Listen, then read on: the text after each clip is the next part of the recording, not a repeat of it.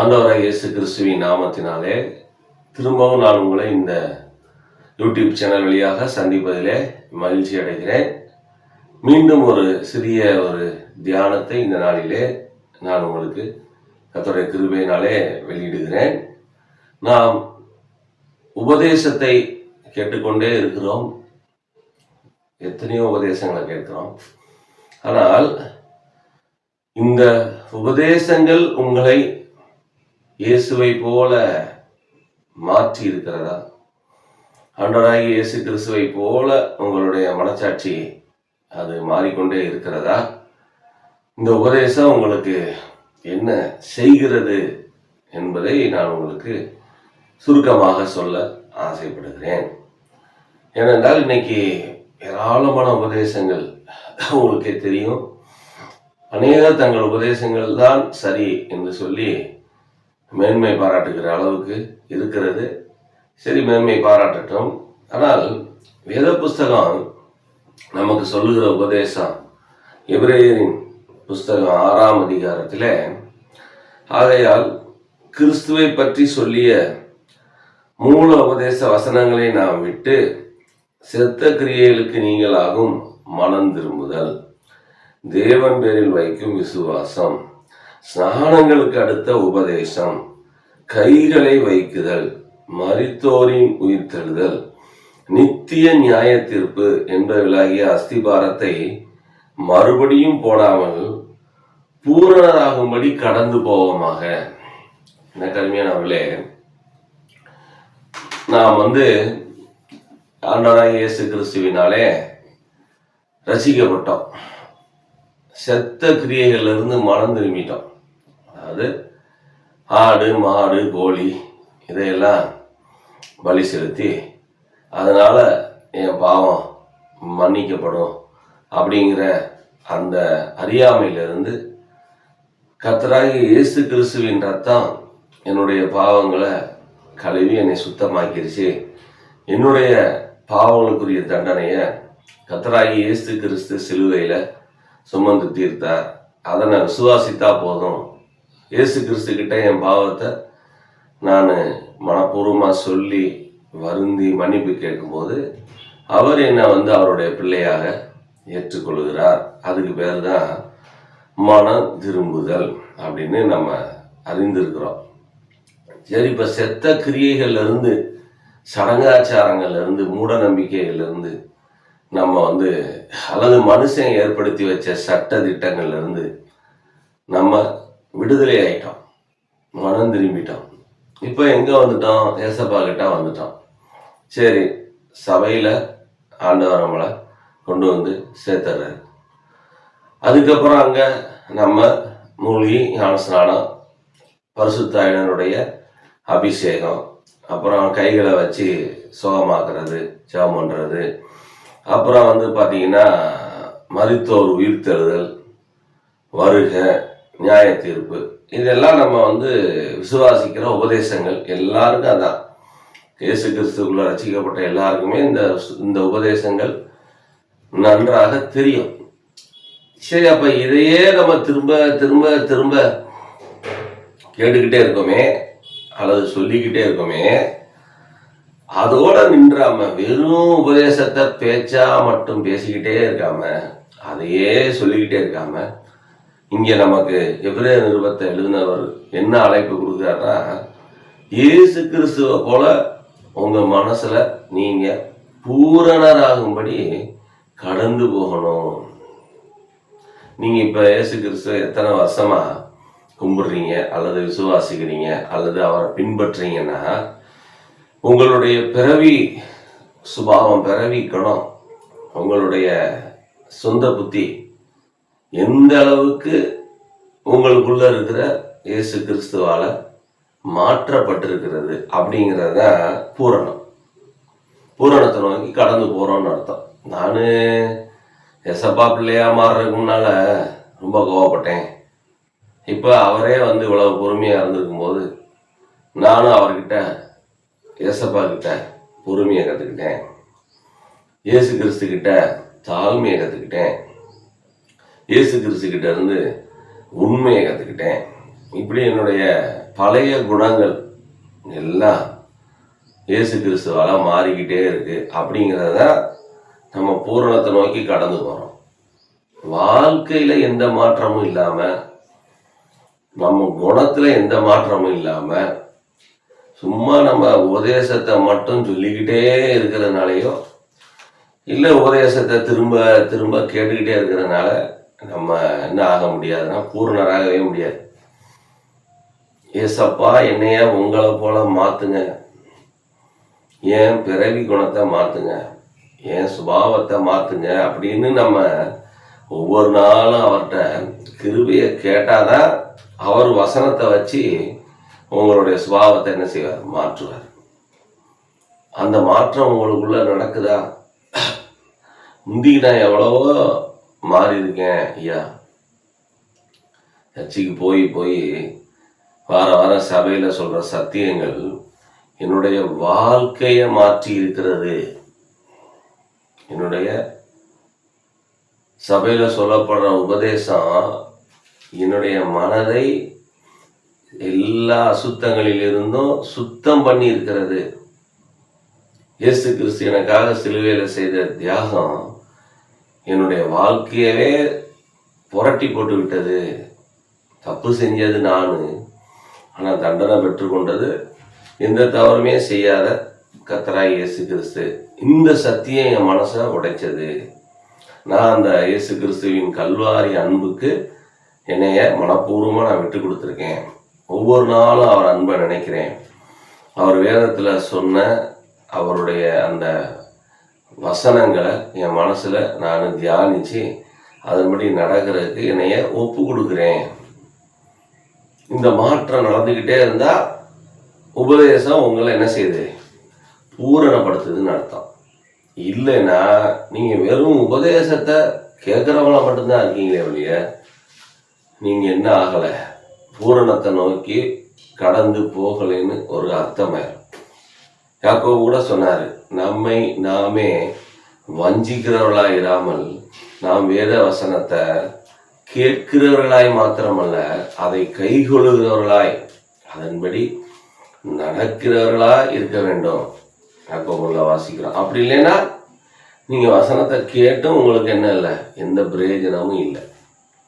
இயேசு கிறிஸ்து பரிசுத்த ஆவியானவர் ஒரு மனுஷனுக்குள்ள எதுக்கு இருக்காங்க?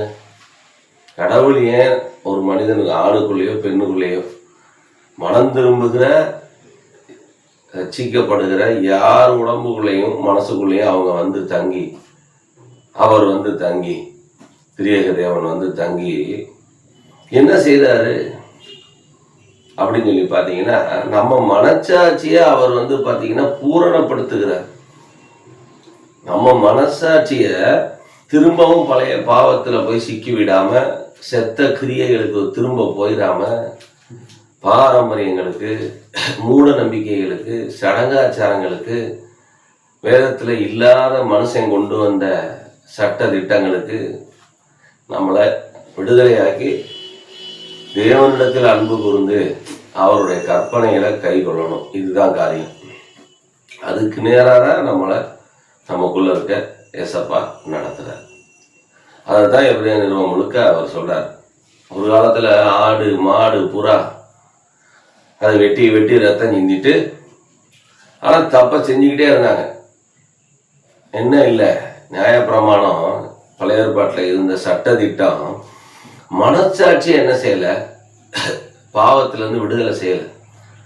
அவங்க எப்படி மாறிட்டாங்கன்னா, இந்த தப்பு செஞ்சால் அதுக்கு பரிகாரமாக ஒரு மாடை வெட்டு, இல்லை ஒரு ஆடை வெட்டு, இல்லை ஒரு புறாவை வெட்டு, அவ்வளோதானே வழிய நம்ம செஞ்ச தப்புக்கு ஒரு தப்பும் செய்யாத ஒரு மாடு சாகுதே, ஒரு ஆடு சாகுதே, ஒரு புறா சாகுதே, நம்ம இனிமேல் தப்பு செய்யக்கூடாது அப்படிங்கிற அந்த ஒரு மனச்சாட்சியில் அவங்களுக்கு என்ன வரலன்னா உணர்வே வரல.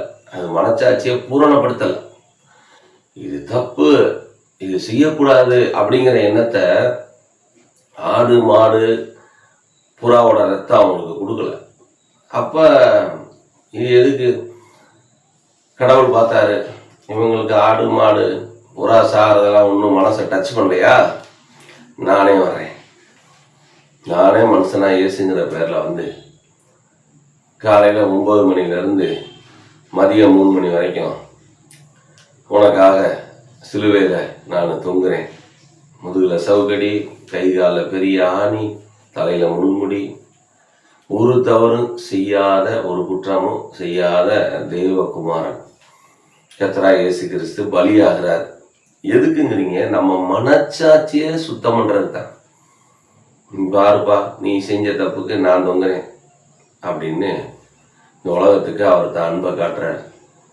எதுக்கு?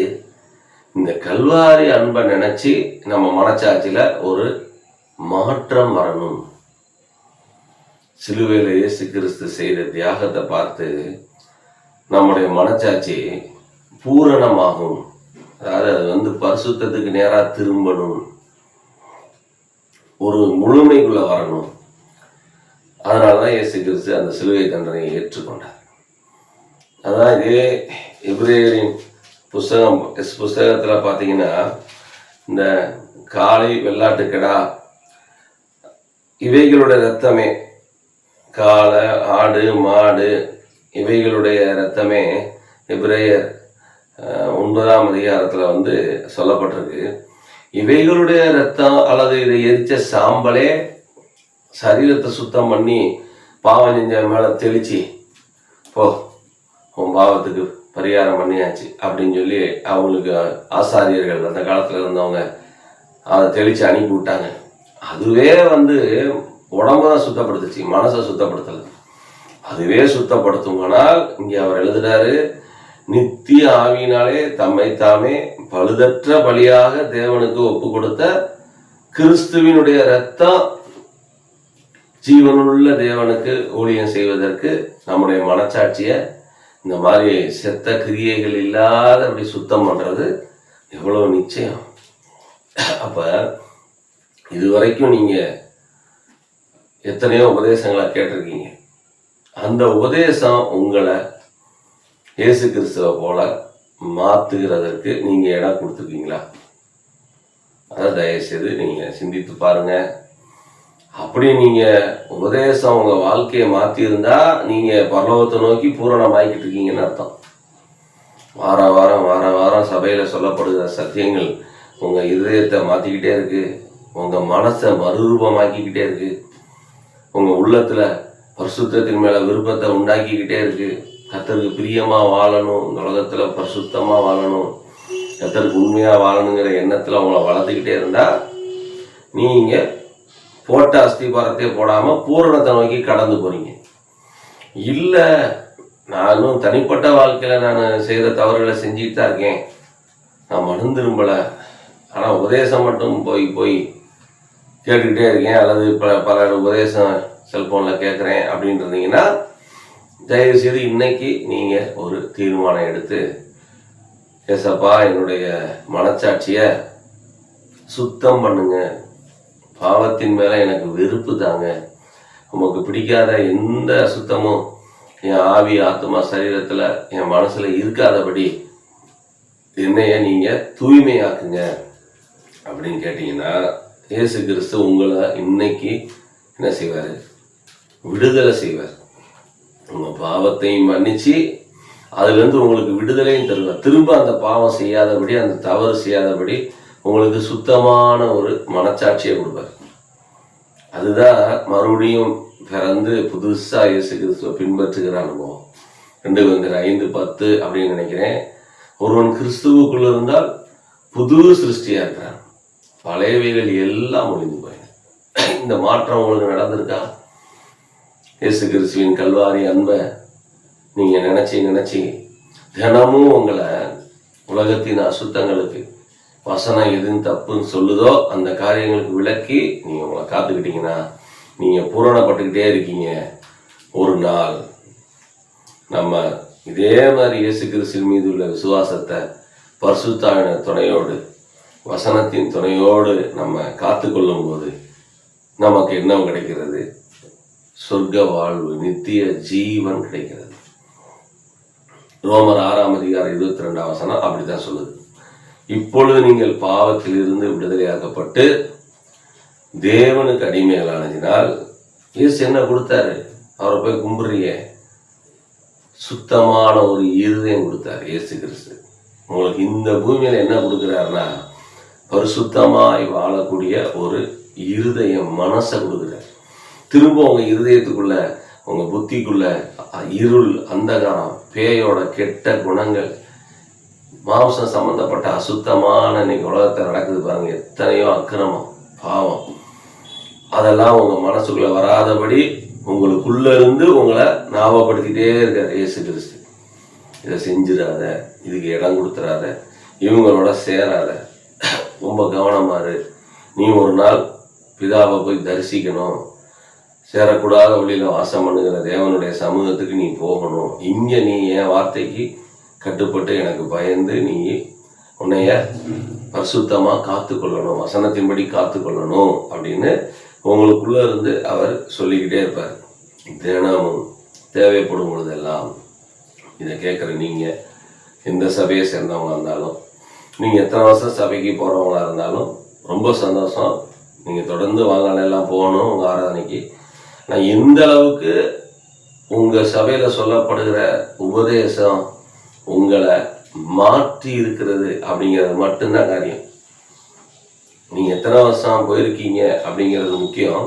ஆனால் போன இத்தனை வருஷத்தில் இயேசு கிறிஸ்துவை பற்றின உபதேசம், உங்கள் சபையில் சொல்லப்படுகிற உபதேசம் உங்களை மாற்றுறதுக்கு நீங்கள் மனப்பூர்வமாக உங்களை தாழ்த்தி இடம் கொடுத்துருக்கீங்களா? எஸ்தப்பா, இந்த வசனத்தின்படி நான் சரியில்லை, என்னை மாற்றுங்க, என் பெருமையை மாற்றுங்க, என் கெட்ட குணத்தை மாற்றுங்க, கோபப்படுறதை மாற்றுங்க, தூசரமாக பேசுகிறத மாற்றுங்க, இன்னமும் பண விஷயத்தில் நான் என்னை உண்மையிலோட மாற்றுங்க, என் புருஷனுக்கு உண்மையாக இருக்கணும், கணவருக்கு உண்மையாக இருக்கணும், பிள்ளைகளுக்கு முன்மாதிரியாக இருக்கணும், இப்படி உங்களுக்கு உணர்த்திக்கிட்டே இருக்கிற உபதேசங்களுக்கு நீங்கள் ஒப்பு கொடுக்க நீங்கள் இயேசு சொன்ன மாதிரி நீதி செய்கிறவங்க இன்னும் நீதி செய்கிறவங்களா, பரிசுத்தம் உள்ளவங்க இன்னும் பரிசுத்தம் உள்ளவங்களா நம்ம பூரணத்தை நோக்கி கடந்து போகிறோம். நாம் ஆண்டவர்கிட்ட ஒரு நாள் போனாலும் சரி, அல்லது அவர் வருகையில் வந்தாலும் சரி, நம்ம அவரோட போய் சேர்றதுக்கு எந்த தடையும் இருக்காது. இந்த சத்தியத்தை நீங்கள் தயவுசெய்து உங்கள் மனதிலே ஞாபகம் வைத்துக் கொள்ளுங்க. சொல்லப்படுகிற உபதேசங்களுக்கு உங்களை தாழ்த்தி ஒப்பு கொடுத்து ஆண்டவர்கிட்ட தினமும் இந்த வசனத்தின்படி வாழ எனக்கு கிருபை செய்யுங்கன்னு நீங்கள் கேட்டீங்கன்னா நீங்கள் பூரணத்தை நோக்கி கடந்து போயிட்டே இருக்கீங்க, பூரணம் அடைவீர்கள். ஆண்டவராகிய இயேசு கிறிஸ்து தாமே உங்களை ஆசீர்வதித்து காப்பாராக. ஆமென்.